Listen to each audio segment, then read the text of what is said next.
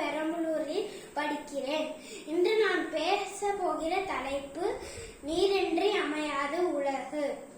நீர் என்பது மனித வாழ்க்கைக்கு மட்டுமின்றி உலகில் உள்ள அனைத்து உயிரின வாழ்க்கைக்கும் முக்கிய ஆதாரமாகும் என உணர்ந்த வள்ளுவ பெருந்தகை 2000 ஆண்டுகளுக்கு முன்பே நீரின்றி அமையாது உலகு என்ற கருத்தை நமக்கு கூறியுள்ளார். நீர் என்பது வெறும் நீர் அல்ல, அது நாகரிகம், பண்பாடு ஆகியவற்றுடன் தொடர்புடையது. உலகில் உள்ள அனைத்து நாகரிகங்கள் எல்லாம் நீர்நிலைகளின் ஓரத்தில் தான் தோன்றின. நீர் என்பது நிறம், மனம், குணம் இவை எதுவும் இல்லாத இயற்கை நமக்கு கொடுத்த ஒரு அரிய பரிசு. மனிதன் உணவின்றி கூட சில நாட்கள் உயிர் வாழ முடியும். ஆனால் நீர் இல்லாமல் 3 அல்லது 4 நாட்களுக்கு மேல் உயிர் வாழ முடியாது. எனவே நீர்தான் மனித வாழ்க்கையின் அடிநாதம். இவ்வுலகில் மரம், செடி, கொடிகள் போன்ற இயற்கை தாவரங்கள் வளரவும், அதை சார்ந்த மற்ற விலங்குகள், பறவைகள் போன்ற உயிரினங்கள் வாழவும் நீர் மிகவும் முக்கியமாகும். தண்ணீர் என்பது நமது வாழ்வியலுடன் தொடர்புடையது.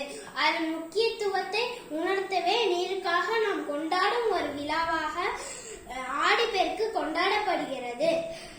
காவேரி தென்பெண்ணை பாலாறு, தமிழ் கண்டதொரு வைகை பொருணை நதி என்கிறார் பாரதியார். காவேரி மட்டுமில்லாமல் எல்லா நதிகளும் வற்றாத ஜீவன்களாய் வாய்ந்து நம் தமிழர் வாழ்வில் வளம் சேர்க்கின்றனர்.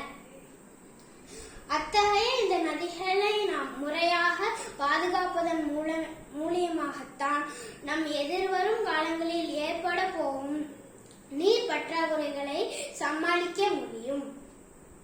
இன்று உலகில் சில இடங்களில் நீர் பற்றாக்குறையால் மக்கள் கஷ்டப்படுகின்றனர்.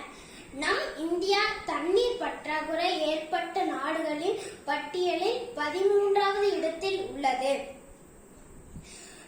இந்த நீர் பற்றாக்குறையால் விவசாயமும் பாதிக்கப்படும்.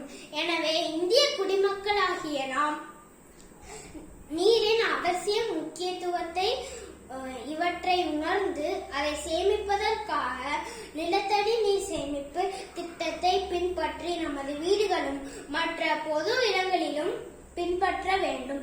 இத்திட்டத்தை பின்பற்றுவதால் நமது நிலத்தடி நீர் உயரும். இதனால் தண்ணீர் பற்றாக்குறை விரைவில் நம்மை நெருங்காது. அதுபோல் முடிந்தவரை நாம் தண்ணீரை மறுசுழற்சி செய்து நமது தேவைகளை பூர்த்தி செய்ய வேண்டும். ஒரு மனிதன் உயிர் வாழ உயிர் எவ்வளவு முக்கியமோ அந்த அளவு தண்ணீரும் முக்கியம்.